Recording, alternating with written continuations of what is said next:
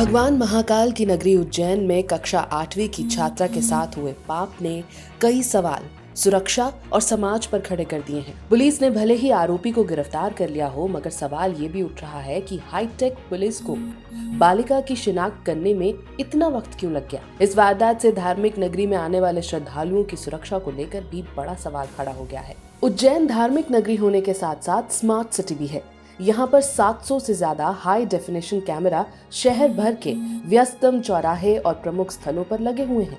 इनमें से 306 कैमरे यातायात को नियंत्रित करने के लिए स्मार्ट सिटी की ओर से लगाए गए हैं, जबकि 400 के आसपास कैमरे पुलिस ने अपराध रोकने के लिए अलग अलग इलाकों में लगाए हैं। इन कैमरास की मॉनिटरिंग स्मार्ट सिटी कार्यालय के अलावा पुलिस कंट्रोल रूम से होती है। आज हम आपको लेकर जा रहे हैं उसी जगह जहां से लड़की ने ऑटो किया और फिर ऑटो वाला उसे एक सुनसान जगह ले गया। यही वो जगह है जहां सीसीटीवी भी मौजूद है। सतना की रहने वाली कक्षा 8वीं की छात्रा अपने घर से रूठकर 24 सितंबर को निकली थी। इसके बाद उसके परिजनों ने सतना में गुमशुदगी की रिपोर्ट करवाई। हालांकि पुलिस ने बालिका नाबालिग होने की वजह से अपहरण का मुकदमा दर्ज कर लिया। सतना की बालिका की सफर की शुरुआत इसी देवास गेट चौराहे से हुई थी।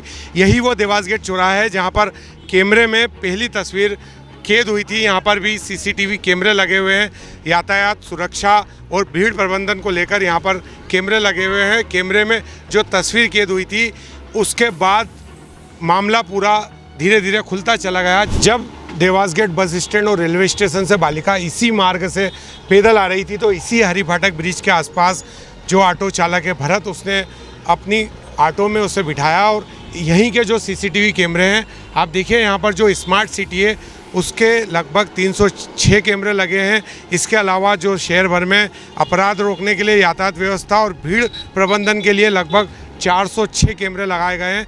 इन्हीं कैमरों में जो भरत का ऑटो भी कैद हुआ और बालिका उसमें बैठी हुई थी।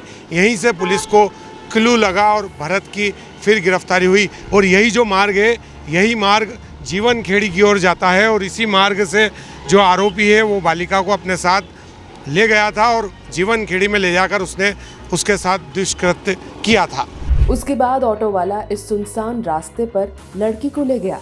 रेलवे स्टेशन से जब बालिका हरी फाटक ब्रिज की ओर आई तो हरी फाटक ब्रिज से जो आरोपी था भरत, उसे बिठाकर इसी सिंहस्थ बाईपास के मार्ग पर लाया। इस इलाके को जीवन खेड़ी का इलाका कहते हैं। और आप देखिए ये जो सड़क है ये दिन में भले ही खूब चल रही हो लेकिन पूरा इलाका रात में सुनसान होता है। आप इस तरफ देखिए, ये पूरा इलाका जंगल का इलाका है और इस इलाके में बताया जा रहा है कि आरोपी ने बालिका के साथ दुष्कर्म किया है।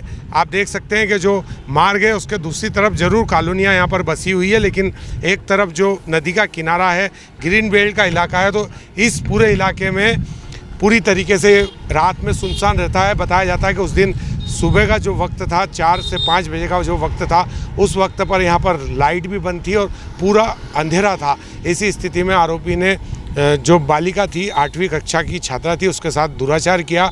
इसके बाद वो बालिका इसी मार्ग की जो कॉलोनियाँ हैं, आप देखिए इसमें जो आगे जो कॉलोनियाँ हैं, इसी कॉलोनियों में लगभग 2-3 घंटे तक वह यहाँ पर भटकती रही। इसके बाद बालिका सीधे पूरे मार्ग से होती हुई जो दंडी आश्रम है, जो जहाँ पर वेद का ज्ञान विद्यार्थियों द्वारा लिया जाता है, वहाँ पर पहुंची और उसके बाद पूरा मामला पुलिस के पास पहुंचा। 25 सितंबर की रात 3 बजे से सुबह 6 बजे के बीच बालिका के साथ दुष्कर्म की वारदात हुई। यही वो समय था जब बालिका इधर उधर भटकती रही, लेकिन उसे कोई भी सुरक्षित ठिकाना नहीं मिला। ऐसे में 3 सवाल उठते हैं। पहला सवाल, देवास गेट बस स्टैंड और रेलवे स्टेशन के आसपास बालिका भटकती रही, मगर रात की ड्यूटी में लगे पुलिस वालों ने उससे जानकारी तक हासिल नहीं की कि वो इतनी रात को कहां जा रही थी। दूसरा सवाल, रेलवे स्टेशन पर जीआरपी, आरपीएफ तैनात रहता है, लेकिन कोई भी फोर्स ने ये नहीं देखा कि छोटी सी बालिका रात में अकेले कहां जा रही है। तीसरा सवाल, जब अपहरण का मामला दर्ज हुआ तो क्या मध्य प्रदेश की पुलिस को इन्फॉर्म नहीं किया गया, जिस वजह से समय रहते बच्ची को ढूंढा नहीं जा सका। और सबसे बड़ा सवाल ये कि क्या ये वारदात टाली जा सकती थी।